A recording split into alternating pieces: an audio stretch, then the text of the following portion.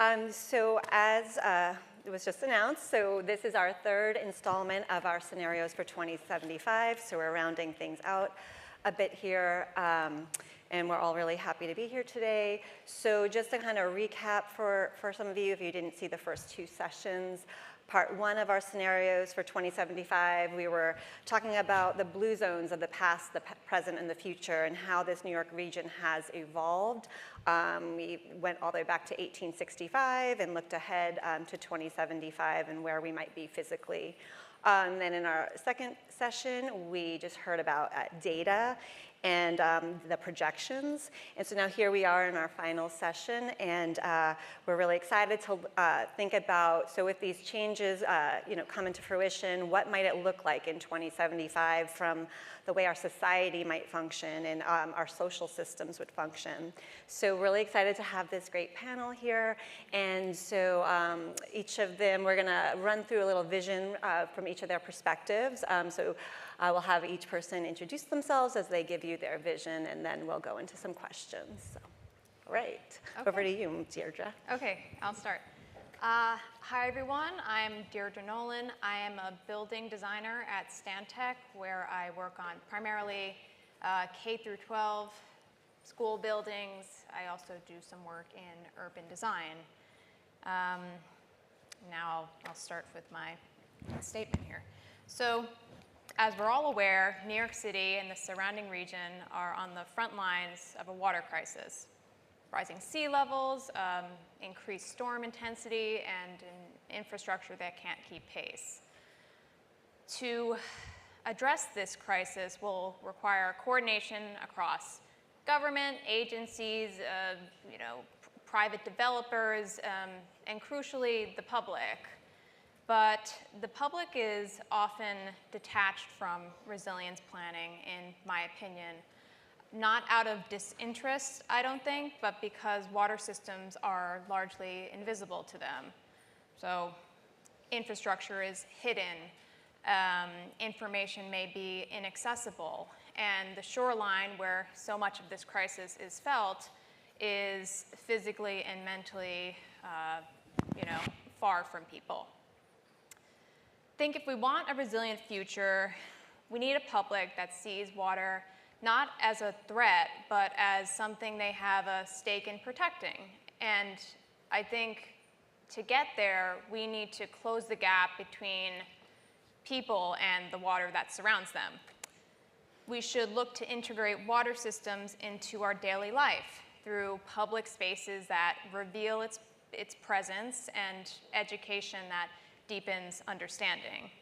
A few ideas on how to do this. We can expand waterfront access, prioritizing underserved communities and involving residents in the planning process. We can look at how to make infrastructure visible, create more spaces that are designed to flood, and include clear indicators that explain how water is being managed. We can also launch more public campaigns linking human activity to infrastructure performance, encouraging behaviors like delaying water use during storms. For me, water resilience is about people knowing what's at risk, how systems work, and where they fit in. Once we have that understanding, it empowers us to push for change.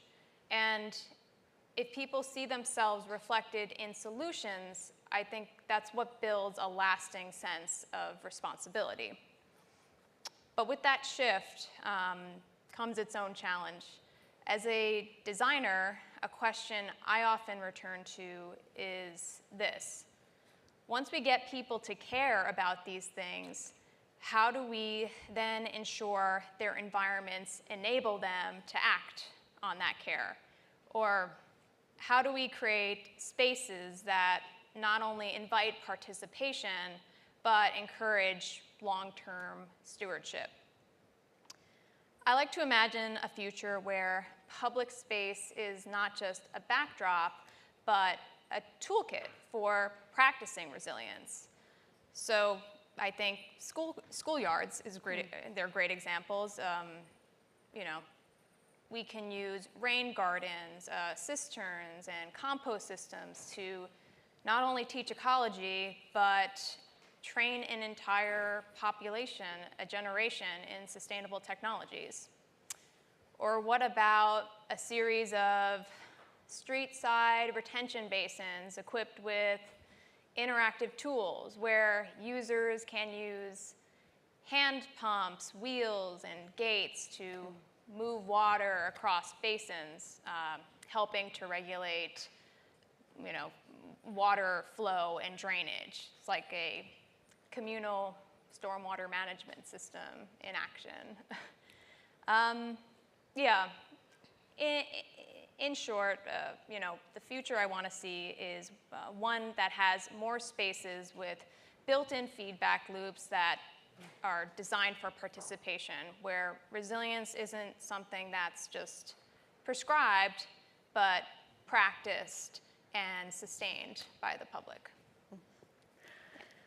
That's great. Thanks, Deirdre. A lot there to unpack during our conversation, so I really appreciate that, that vision from you. And Maria, how about you? So I'm a civil engineer at Stantec. I do a lot of hydraulic modeling and green infrastructure work with various agencies in the city and with federal agencies as well. I'm not going to go into the sea level rise projections or climate impact. I think we've all heard a lot about that today. And to sum it all up, sea level rise is coming. It's going to impact every single little component of our lives in the next 50 plus years. And it's not just properties, it's not just homes, it's every single piece of critical infrastructure. It's our power plants, it's our healthcare, so on, right? The New York City Mayor's Office of Climate and Environmental Justice has said by 2050, a Sandy-like storm would cause $90 billion in damage and economic loss, which is nearly 5 times Sandy's impact. And that doesn't even account for the loss of human life. That is purely just economics.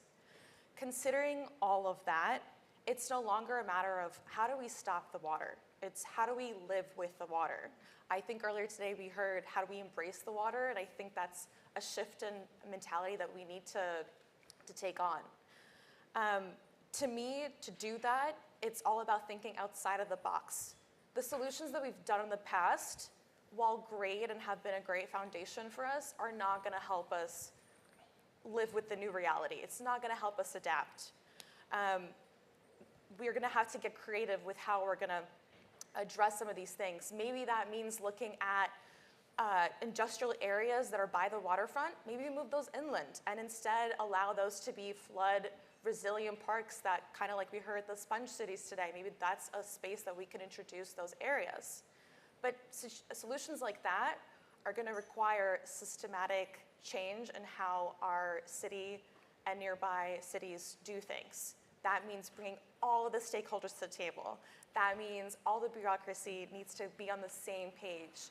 All the agencies need to be working together on a citywide planning approach that not only silos specific projects and addresses it for specific projects, but also looks at the whole city overall, because anything that we do in one part of the city is going to impact everybody else.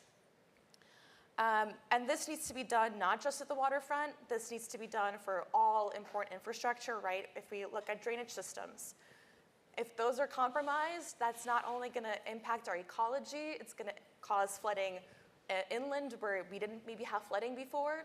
It's all gonna be a domino effect. And of course, large changes like that, it's not just that we need the policy to be there, but we also should bring the communities in and empower them to be involved in the conversation, because this is a problem that's gonna impact not just a few folks, it's gonna impact all of us. We need to empower them to get involved, to not only share what they need from us in terms of how to solve certain things, right? But understanding why certain things were done before. Do we have a playground because that's the only space for the local kids to come together? How can we repurpose that park to now address some of the climate change problems we have? Going back to Deirdre's point about being that a space for education. After all, this is a problem impacting all of us, and it will take all of us to come up with a solution. That's great. Thank you as well. And we'll move down to Rob. And so looking ahead to 2075, what are you visioning? Great. So, yeah, my name is Rob Thomas. I'm a senior associate and senior planner at AECOM. I sit within their high performance buildings and sustainability team that's responsible for a lot of decarbonization efforts for public agencies, private institutions, schools, hospitality, airports, name it, we kind of touch everything. And, so I work with within a multidisciplinary team of architects, engineers, planners as well that specialize in a broad set of skill sets, and ultimately it's to support the decarbonization of the built environment. And so prior to joining AECOM, I was the chief of energy and environment in the city of Newark, in the headlines a lot these days. But I was responsible for really kind of advancing the sustainable infrastructure work that was primarily funded through ECBG and some other philanthropic, entities. And so, I work within this team at AECOM, really focused on applying a lot of the traditional design principles, but working collaboratively among not only within our team, but also with the other groups within AECOM that maybe you've met today, going around different panel discussions and side conversations. But in terms of a future, and kind of closing out the track that we've had today, it's pretty much an everything solution, right? So we pretty much all need to do everything all at once, which is very overwhelming. But ultimately, there are solutions around the world that we've learned about today, and we see in the news periodically where there are certain opportunities to advance not only the technical, practical solutions, but also the socio-economic solutions as well. Work that's happening in Europe, work that's happening in Africa, here within our financial institutions as well. It's like there's been advancement in how we're valuing the investment of these design solutions that we are proposing. And ultimately, it's really an all hands on deck approach to kind of adapting and mitigating the impacts of climate change. And I think, to be honest, there's going to be a lot of collaboration needed. I think there certainly is a will among the folks within our age group and the ones coming up to really kind of solve these problems. In the last panel, I think it was addressed, like we haven't really fully addressed all the environmental conditions that we see in communities. And I feel like, the generations, the younger generations that we have now and the ones coming, they're going to see that. And I don't think that they are going to kind of, take no for an answer, right? They're going to want to identify opportunities to work collaboratively, and then supporting that with technology as well, just working together to really demystify a lot of the hidden infrastructure and work that goes on behind the scenes, advancing it, accelerating, and finding some interesting social opportunities to advance and accelerate the work. So, Great. I think that's it. Great, thanks, Rob. And finally, to round out this little visioning here, we have Ashmi. Yeah. Hello, everyone. I'm Ashmi Kuvera. I'm doing my master's in Columbia University in Sustainability Management. Prior to doing my master's, I worked back in India in Ministry of Renewable Energy and Ministry of Agriculture, working in livelihood projects, climate resilience, and decarbonization projects.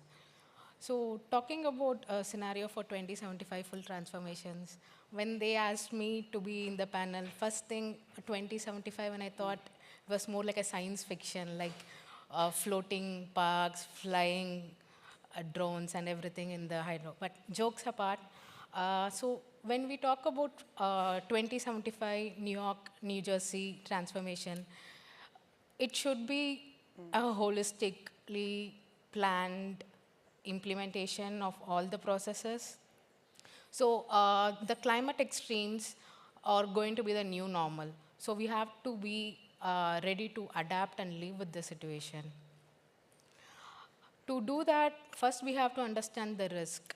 So risk is not anything which is random. It is a combination of function of hazard, exposure, and vulnerability. To address that, we have to address each pillars of the hazard, exposure, and vulnerability, so that the hazards like storms, sea level rise, and heat, these reduce the exposure by good zoning activities, and also reduce the vulnerability by more adaptive infrastructures. So talking about urban infrastructures, already my fellow panels have talked more about it. So I also agree with them. And it should be a combination of gray and green infrastructures, including nature-based solutions like artificial reefs, wetlands, dunes, which will act as ecological corridor and act as a living barriers, natural buffers.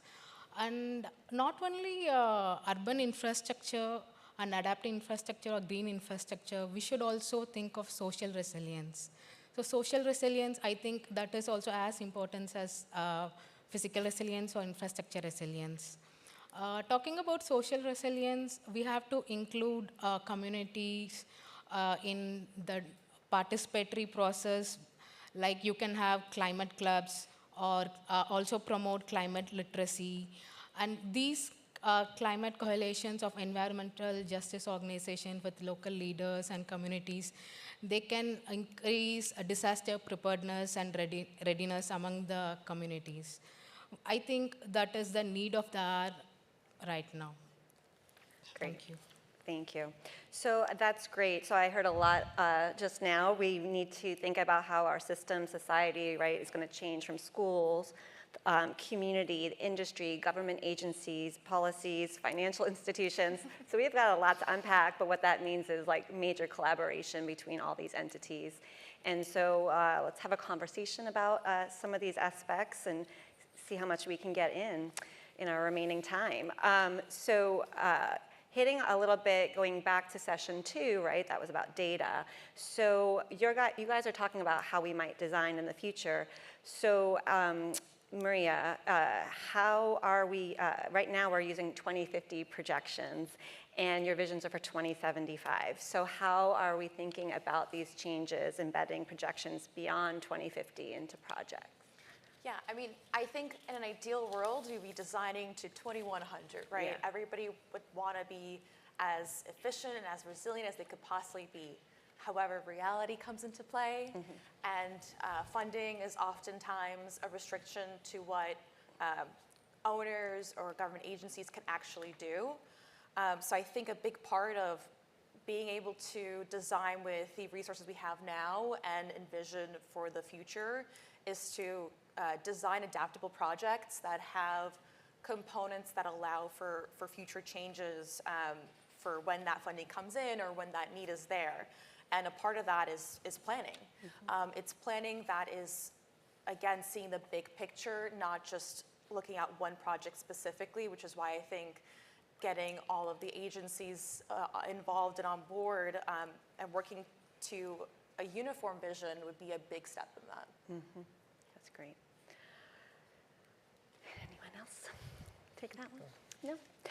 Yeah, I mean, I'll add, when we design a building, we do typically know its expected useful lifespan. So obviously, our resilience thinking can't stop at 2050, 2075, even 2100. We need to align our expectations with those more conservative projections. There are a couple ways to do that. Many ways to do that, in fact. We can design at higher elevations. We can design with sacrificial ground floors. We can also consider more speculative approaches like amphibious foundations that rise and fall with water levels. Sounds fantastical, but we're seeing examples of it elsewhere in the world. And even closer to home, here in New York, we are starting to see floating infrastructure take shape. Like I'm thinking the plus pool planned for the East River. So There are ways. Yeah, absolutely. Thanks. And so thinking about that, we know there are ways and there are some positives. So what recent developments or initiatives are giving you hope that we're on this right path, especially the right path to addressing climate change? So Rob, we'll start with you. Sure. I think when you look particularly in the region, right, and explicitly right outside, right, like there's work happening around us. I think that you know, people are more curious, I think, as to what's happening in neighborhoods, and they're asking questions, right? And curiosity isn't really a bad thing, I think, when we're talking about long-term projections. And so I think the more people who are asking questions, who, whether it be directly on social media or within threads, you know, like Reddit or whatever, like, you know, it's getting the word out and communicating what all this means. Side note, I went on down a rabbit hole last night, and, you know, looking at certain videos that are being shown about infrastructure or even just assets, you know, you see in the comments sometimes, right? They always tell you don't read the comments. Sometimes read the comments. And I mean, the amount of professionals that kind of respond with actual factual information sometimes about the things that are within our public space is remarkable. So there's some ground truthing, I think, that comes into the social environments that we are in digitally that allows for the work to kind of continue and have legs and really be a part of the community and see more of a valuable asset as opposed to like just kind of the hardscape or adaptive technology that exists. So I think that there are a lot of projects in the region, RBDH, and a lot of things that are public driven, but I think also the public sector, private sector has also been making some amazing strides through partnerships to really kind of elevate and also market a lot of that. You know, I think, you know, when you're looking long term, there's going to be more value in marketing and communicating that. You know, I think we all have experience in some form or fashion with evaluating or in practice applying a lot of the frameworks. Shameless plug to Wedge. You know, being able to apply those principles, develop sustainability management plans, really kind of identify the value, I think is going to be very key. And it's happening right now, right? That's why we know about this work. And I think the next chapter or phase of work is just to kind of continue that conversation to be able to advance and accelerate more work in the region. But yeah, we have examples, you know, specifically outside and in our neighborhoods. That's great, and I love that you said that, you know, you're really seeing that curiosity, because that, right, curiosity is the perfect partner for, you know, ground truthing. People are open-minded and really open to learning, so that's great. Let's see, Maria, how about you? Anything showing us we're on the right path? I think it's always great to see when there are pilot projects or research projects that are going on. For example, in the Meadowlands in New Jersey, they're currently looking into tidal marshes and how those can be preserved, how those can be used to benefit not just the ecology, but also the protection of the communities that are there. There's actually 2/3 of wetlands were filled in since the 19th century between New York, New Jersey, and Connecticut. So they're doing a lot of research to see kind of where the historical wetlands were, taking an existing site in the Meadowlands and using that as an opportunity to not only benefit that area, but also use that research on a larger scale. And I think the part that I really like to see was that there's a bunch of different organizations involved. There's Rutgers University, NYSERDA, nature conservancy groups, a large amount of stakeholders kind of coming together and working towards like one goal and that information being used outside of just that one area. That's great. There's that collaboration again that you spoke about earlier. That's great. And Ashmi, how about you? Yeah. I think New York is really doing good in this specifically. So we all might have heard about living breakwaters by Scape. So they are doing living breakwaters of oysters and reefs, which acts as a natural buffer.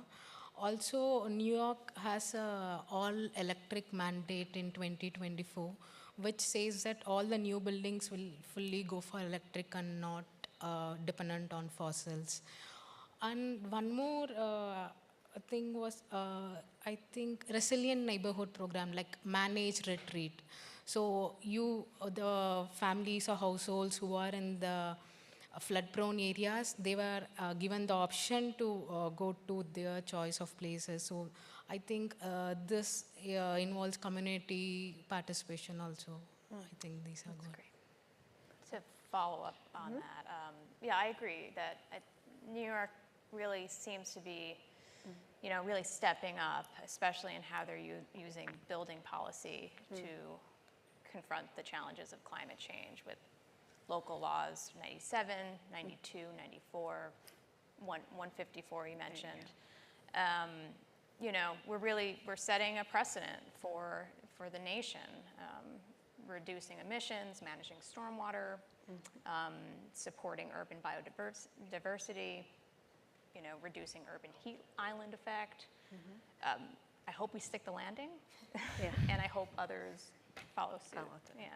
Yeah, that's great. Are there other, you mentioned stewardship and you do a lot of work with schools. Are there any kind of specific projects where you're kind of seeing whether the local laws or getting the school involved in that stewardship? Yeah, absolutely. I do see climate resilience and sustainability being built into curriculums and even built into spaces to support those curriculums with green roofs and outdoor classrooms and the like. So. That's great. Yeah. I would have loved to have outdoor classrooms when I was growing up, so that would have been lovely. All right. Also, there's a lot of adaptation and mitigation efforts necessary, right? We talked about the infrastructure. Also, the urban infrastructure needs to withstand these climate impacts. So how do you see us, implementing these changes effectively? Deirdre, any thoughts there? Yeah. So we're going to need to do more than just reinforce our existing infrastructure, right? We're going to need to rethink how that infrastructure functions systematically. And I think that means moving away from single-purpose infrastructure and more towards an infrastructure that serves multiple uses and multiple functions. This was mentioned in the panel before ours. Waterfront parks are great examples of this. They're scalable, they're adaptable. They serve more functions than just recreation, right? They serve as floodplains, as wave buffers. So we need more infrastructure like that for sure. I think nature-based mitigation strategies will be key, unlike hard infrastructure, which like seawalls. They can grow over time and they can repair themselves, making them really good solutions for long-term resilience. That said, I don't think hard infrastructure will be completely phased out, not in New York anyway. We'll probably still want fail-safes, layered protections where if one element fails, others can take over. So we'll likely see some kind of hybrid mitigation solution with, utilizing both engineered and, natural strategies. But, for sure. Yeah. Maria, how about you? Any thoughts here? I agree with everything that Deirdre just said. Nature-based solutions are going to be a big part of it, and I agree that gray structures, whether communities like it or not, are not going to fully go away. It's going to be some kind of a combo approach. I think it's going to be looking at the projects that are happening now and how those have been successfully built and looking at the lessons learned from those projects. I was at a panel for Red Hook earlier today, and they talked about lessons learned, and what I thought was interesting that they were updating some of the HVAC systems in the NYCHA housing while the residents were living there. That's likely going to be a reality for a lot of these projects that we're going to be designing and constructing in the middle of folks living there. And I think using lessons learned from the projects that are happening now since Sandy is going to be crucial. Great.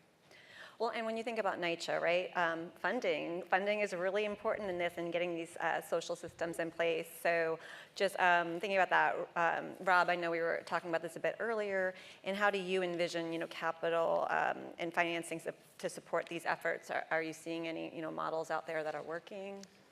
Yeah, it's things are coming along. I think, working for a company like AECOM, we have practitioners all over the world, and other companies here as well.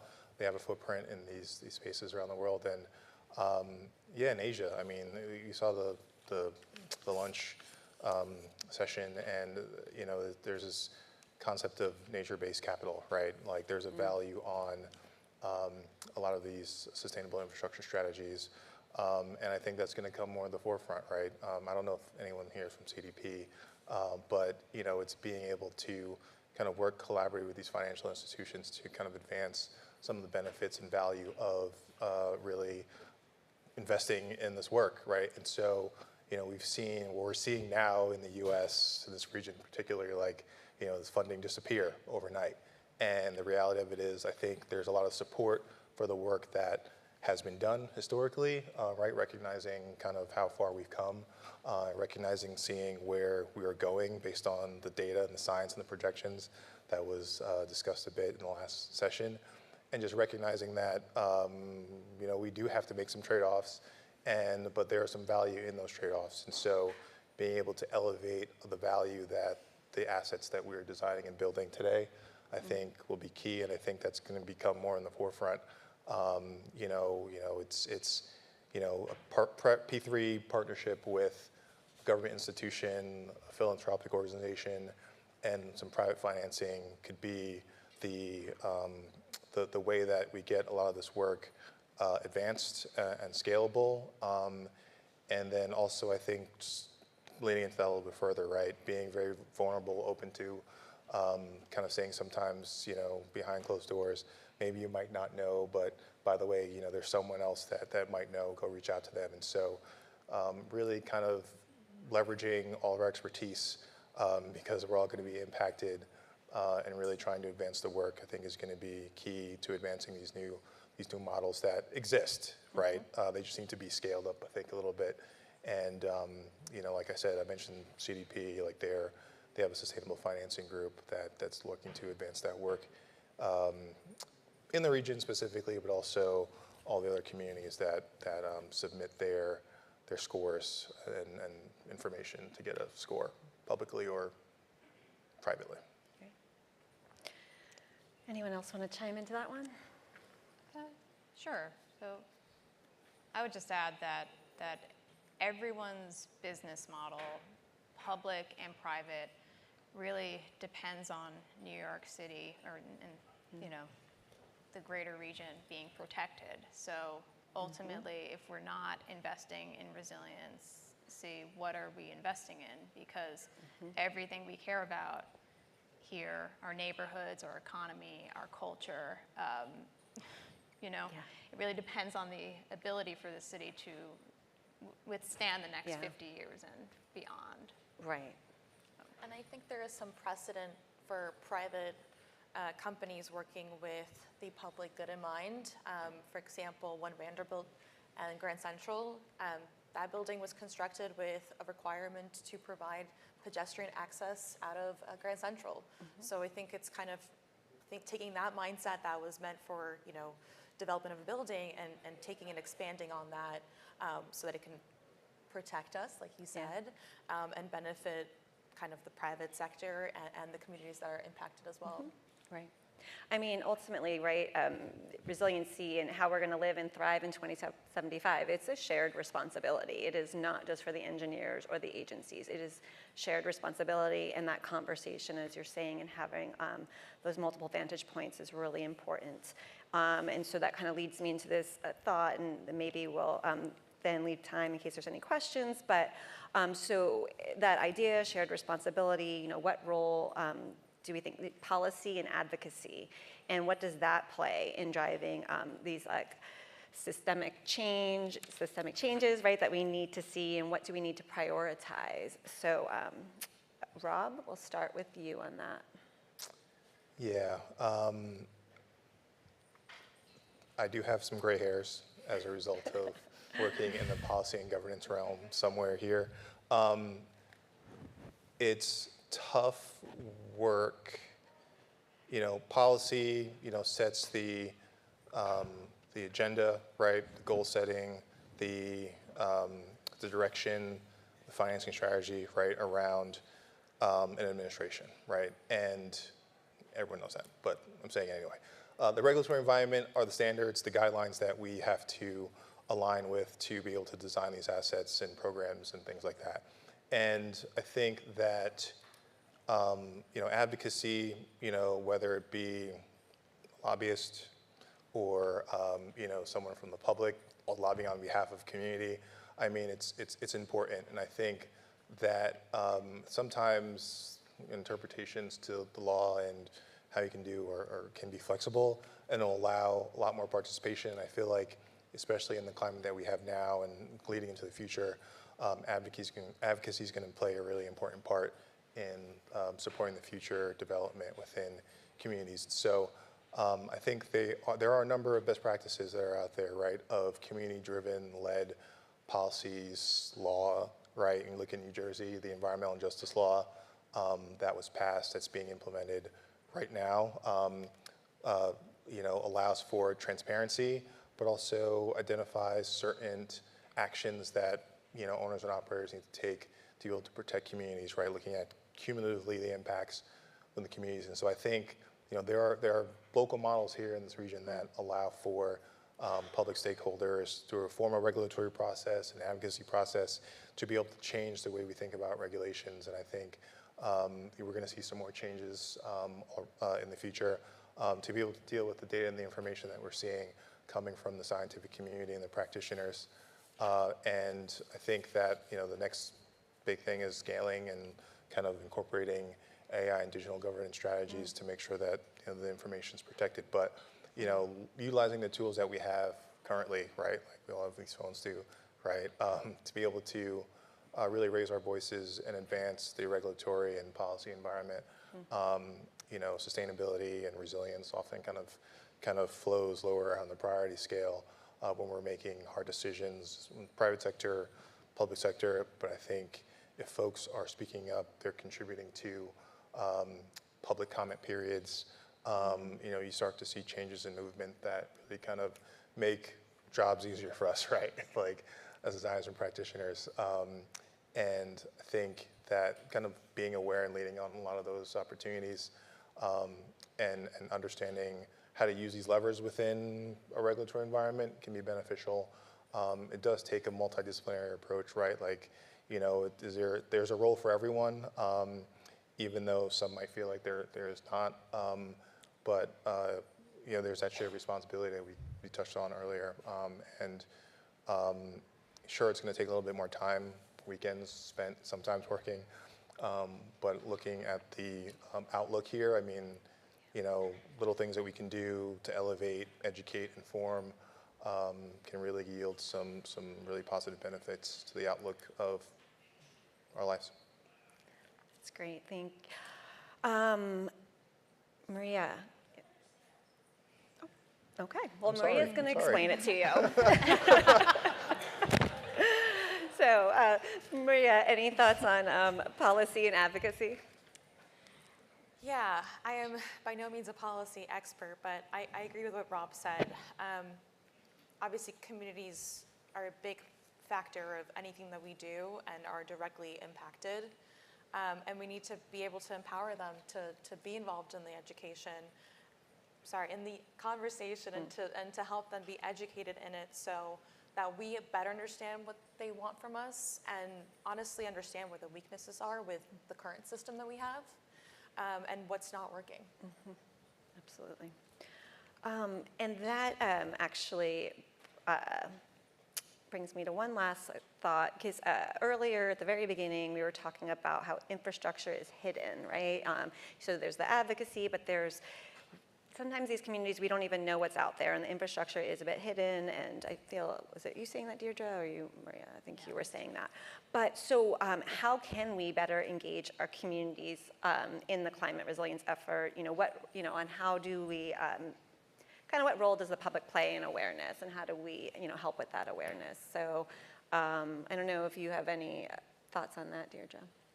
Well, yeah, I mean, I spoke about this in my opening statement. I think maintenance of our infrastructure is key, and I don't suggest that we should put this on the public, or do I? I mean, I would like to see the public more inspired to, take better care of their environment. But, just reiterating my point from earlier, the more they know, I think the more likely people will advocate for change and, on a regulatory level, on a policy level, But I think that starts with education and people feeling they have like a role in this. Yeah. I think I have something to add to Yeah, that as please. well. Another plug, Center for Urban Pedagogy, Damon Rich and his partner Jay. So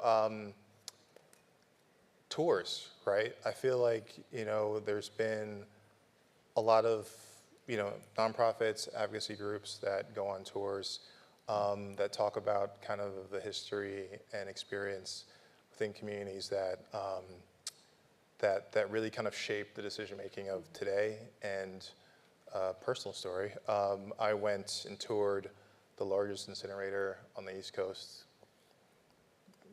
a while ago, right? It was facilitated through partnership, right? The advocacy groups were looking to advance more clean tech to reduce the type of pollutants emitted through this incinerator. That's 10 miles that way in Newark. So being able to see the end use of our materials is really eye-opening, and also, and it really kind of demonstrates the amount of waste that we kind of create as a society, right? And shout out to the folks who are kind of facilitators, giving us these cups, right? That kind of stuff ends up in an incinerator that we end up breathing, and causes a lot of health impacts within adjacent communities in the region. So, there are institutions that provide that type of touring so that people can learn and see, touch, feel, and understand this hidden infrastructure. And really, they become advocates to kind of encourage better solutions. So yeah, just probably leaning into and working with those organizations, or going on a tour of a waterfront, really showing and explaining the changes in waterfront, for example, the use of the waterfront environment, and how maybe bringing some of those things that we did in the past back to the future, because we now understand the value of kind of moving material on water as opposed to in vehicles and on trucks and things like that. So. Great. And Ashmi, any last thoughts on that as well? As already said, I would feel like participatory approach would be better. It will be involving the communities more. We would know what the communities really want. Sometimes we don't know the actual reality, what they are facing. So might be if we include them in decision making, it would be more beneficial for them. Great. And if I can yes, quickly of jump course. in, I think students and kids are a big piece to it as well. They're like little sponges of knowledge, and they are curious, which I think is a really important factor, and they do great when there's on-hands learning. And what all of us in this room do are great examples of taking kids out of the classroom and actually showing them things that where do you get your water from? What happens after you flush the toilet? Like all that sort of stuff. They see it, they start asking more about it, and then they take it home. And then they're teaching their parents about it and so on, and it kind of just grows from there. Absolutely. It's that environmental disconnect, that hidden, you don't think about what happens. So that's really important, that advocacy. I know we are running towards our end of time. I don't know, David, do we have time for any questions? Is there any? No. All right. There we go. So, okay. We're out. Good, because we had such a great conversation. And Maria explained it all to Siri. So that was great. Okay, guys, thank you. Thank you very much for your time here. We covered a lot of bases. There's a lot to talk about this, but I think the key thing that we all realize and we're all saying is collaboration at all ages, all scales, all entities, government, schools, children. So we'll bring it forward to 2075, and I thank you for your time. Yeah, thank you.